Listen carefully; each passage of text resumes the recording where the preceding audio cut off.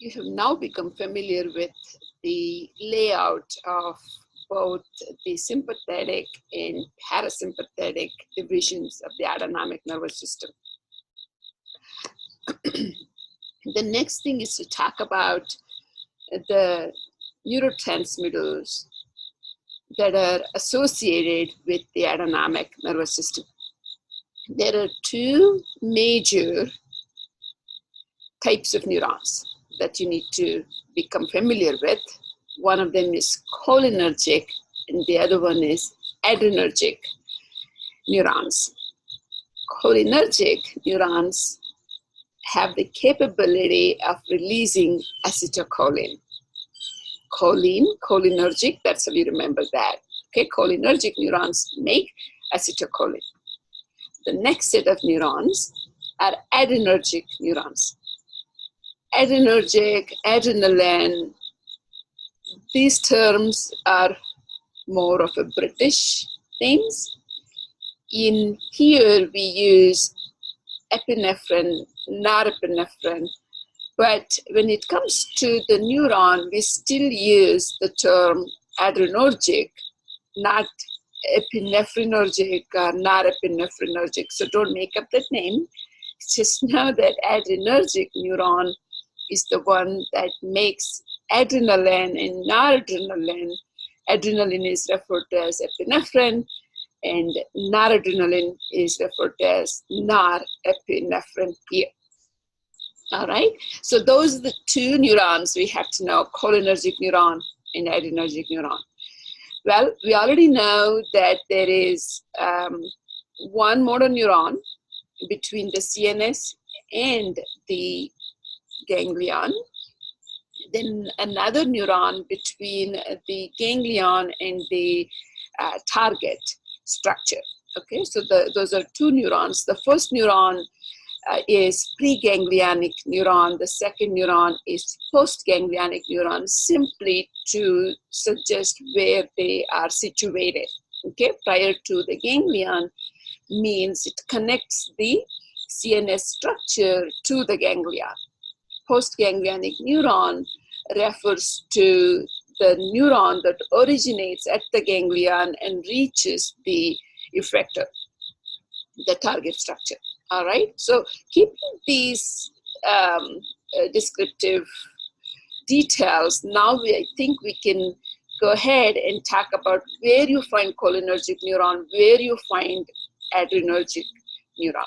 Cholinergic neurons are situated pretty much between all of the CNS structures that reach the ganglion. So both sympathetic and parasympathetic preganglionic neurons are cholinergic.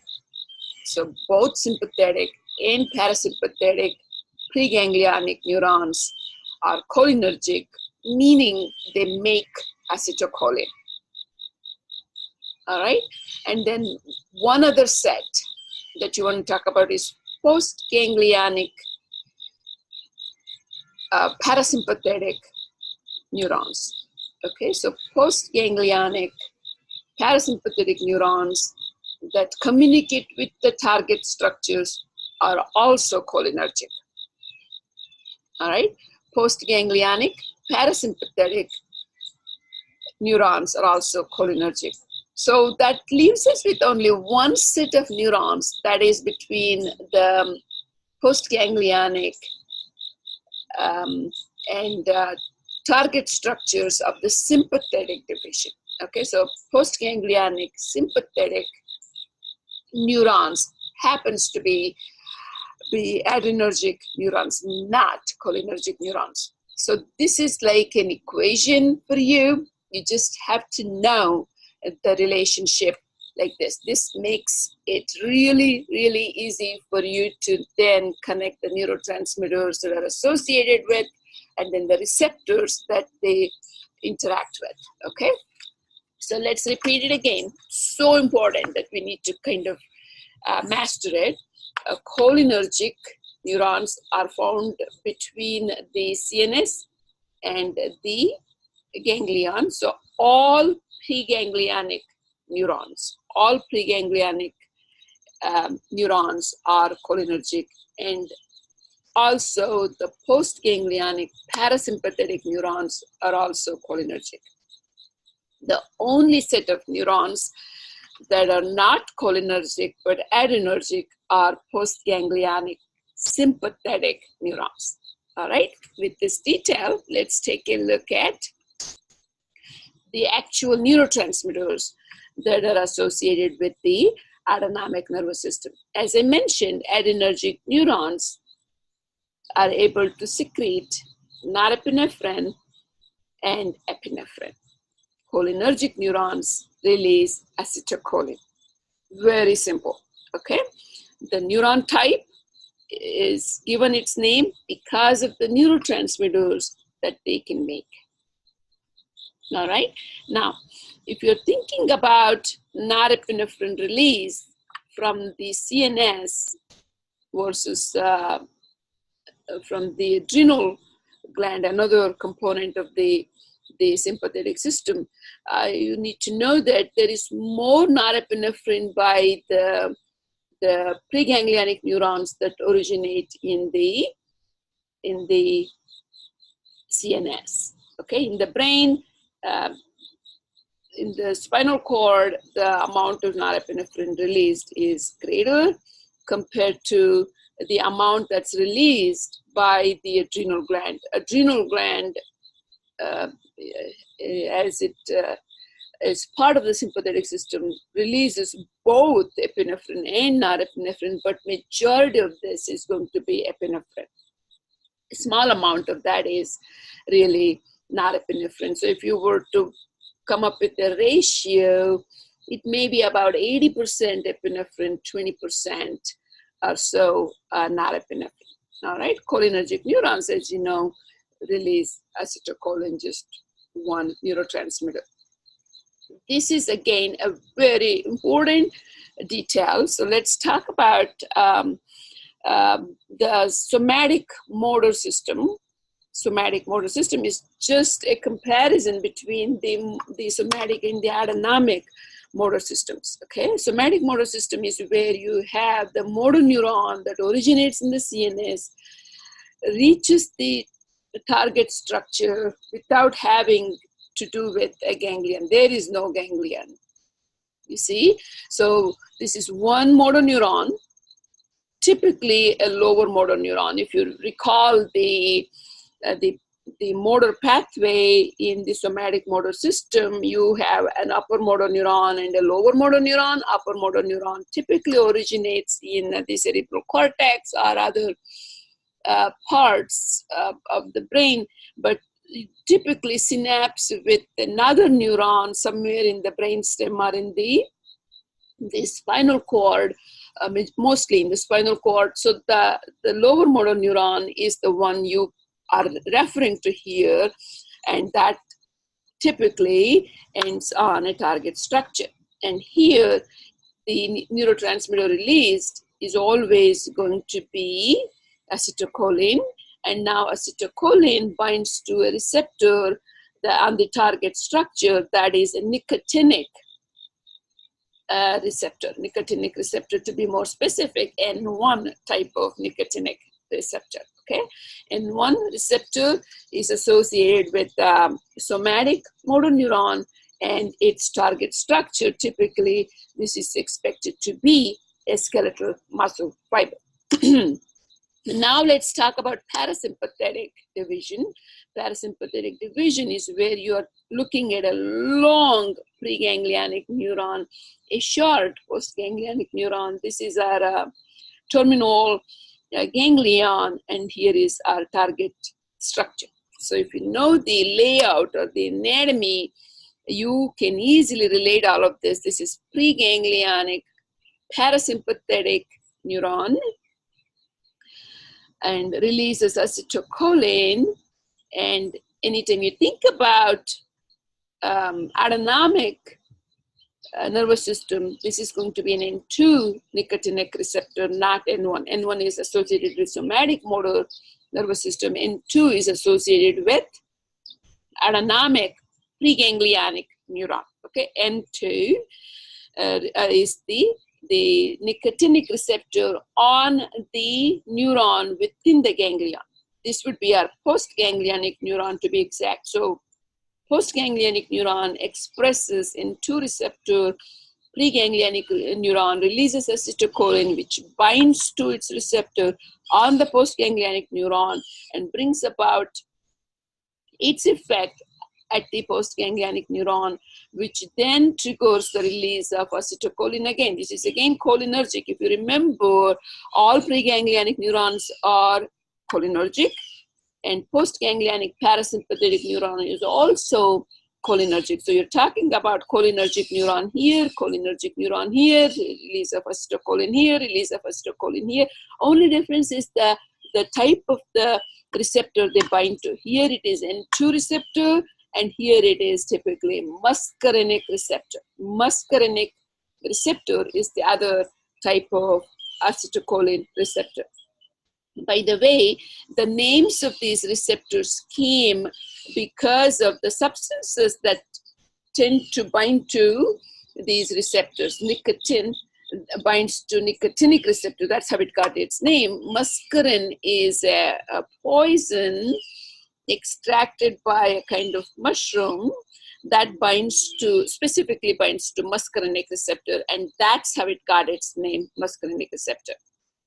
So, nicotinic receptor on the postganglionic neuron, muscarinic receptor on the target structure, effector. Okay, so you're only talking about parasympathetic division.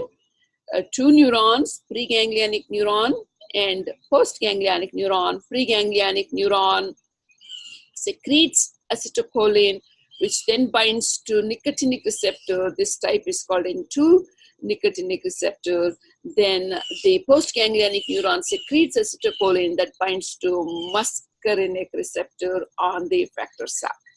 Okay, so other details you picked up are preganglionic neuron is typically long for parasympathetic division. Postganglionic neuron is typically short. The ganglion is typically found close to the effector or well within the wall of the effector, and that's why it gets the name terminal ganglion as well. And you're looking at target structures. Target structures can be smooth muscle, cardiac muscle, or gland. You already know the many structures that receive parasympathetic supply. That could be the heart, that could be the smooth muscle lining the airways, lining the renal, the digestive and the reproductive structures, and many more. Okay, so that is one detail. Now let's move on to the sympathetic division. Sympathetic division is where you typically expect the preganglionic neuron to be short, and that is how it's shown here. Short preganglionic neuron. Here is our ganglion. This could be a sympathetic chain ganglion, one of them shown. Now, then this is our postganglionic neuron that is long, and here is our effector. Okay, so preganglionic neuron is always going to be cholinergic. So yes, it is cholinergic. Yes, it releases acetylcholine, and yes, it is N2 receptor, just like in the parasympathetic division. Okay, so the preganglionic setup is pretty much the same both in sympathetic and parasympathetic divisions. Okay, so the ganglion is part of the spinal cord. You talked about the chain ganglia before, and that could be one of them that is shown here.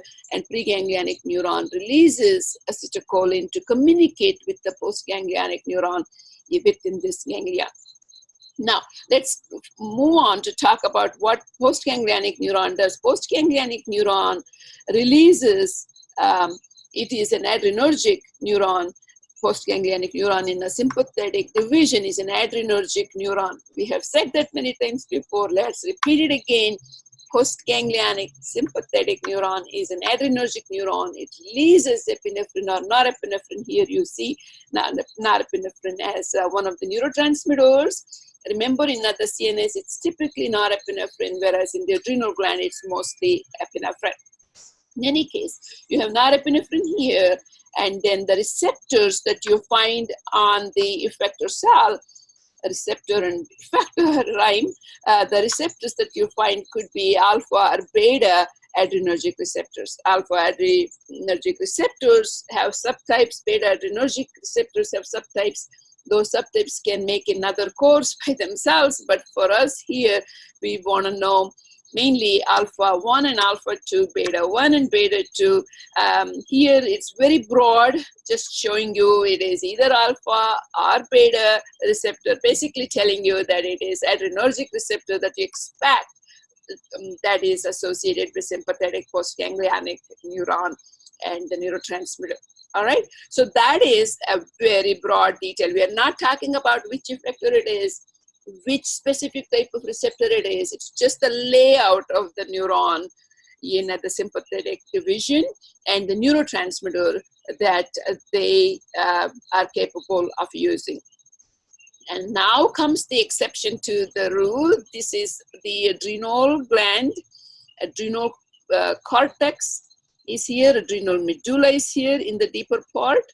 So you're talking about preganglionic neuron reaching the adrenal medulla.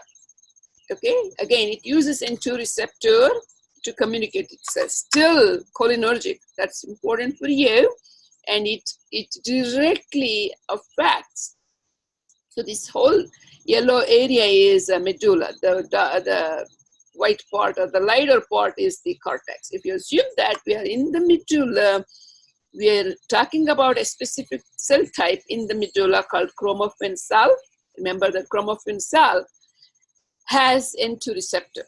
So this is acetylcholine acting on the N2 receptor on the chromaffin cell within the adrenal medulla. Now what does adrenal medulla do, or what does chromaffin cell within the adrenal medulla do? Release epinephrine. I want you to see where it's released into. It's not a neuron that you're talking about. This is a blood supply from the adrenal medulla that carries epinephrine.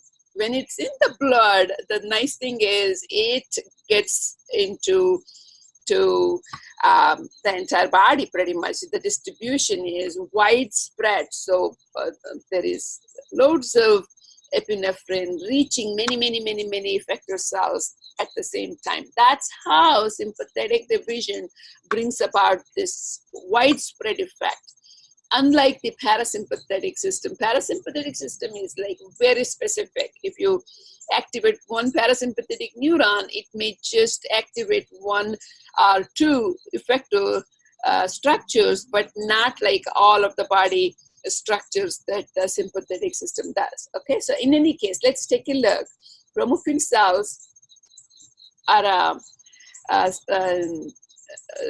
structures similar to now postganglionic neuron. There is no postganglionic neuron. Chromaffin cell releases epinephrine into the nearby blood vessel, and then blood supply carries this to the effector.